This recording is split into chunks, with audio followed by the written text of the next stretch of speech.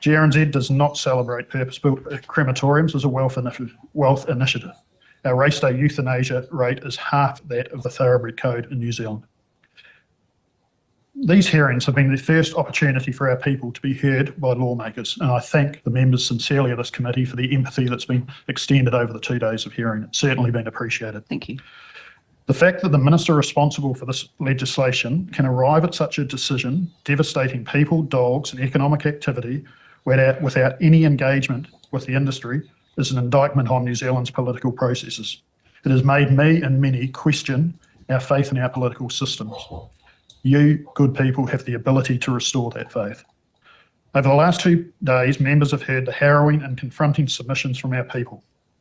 I do not need to repeat these. I could never convey them as passionately or as eloquently as these genuine, hard-working New Zealanders that are impacted by this decision.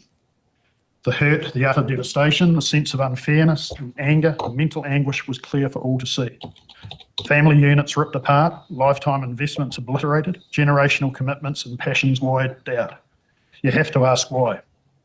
To win a few more votes, secure more funding for the protected equine codes? I don't know. Only one man can answer that, and he refuses to talk to me.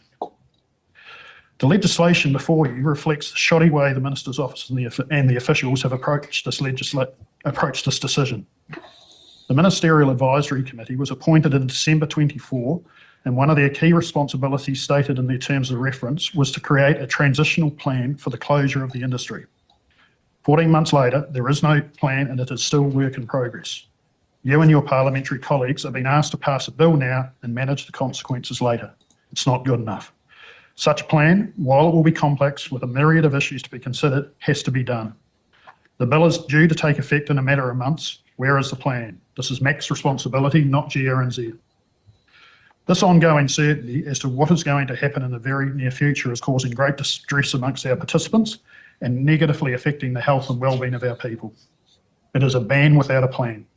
The process is absent due diligence, and I urge the committee to hold the minister to account on this. He is asleep at the wheel. If closure is to happen, which we are opposed to, it must be done in a fair and principled manner. At our first meeting with the Ministerial Advisory Committee, Chair Heather Simpson made it very clear that there would be no compensation for industry participants and that we had 18 months to scale down activity. This without even having passed the bill. It is hard to escape the conclusion that the timing of the proposed closure was set more on the basis to occur just before the coming election, rather than what was logical in the best interest of the people and the dogs. As outlined in our written submission, our participants have incurred costs and invested heavily, in many cases their life savings in good faith. They have invested in breeding and racing greyhounds at considerable costs, only to have careers curtailed by hasty and premature closure. They have invested in greyhound equipment and upgraded facilities to meet our comprehensive welfare standards. Those costs are now sunk and cannot be realised. It is therefore heartening to hear members of this committee use the C word, compensation. Thank you for this.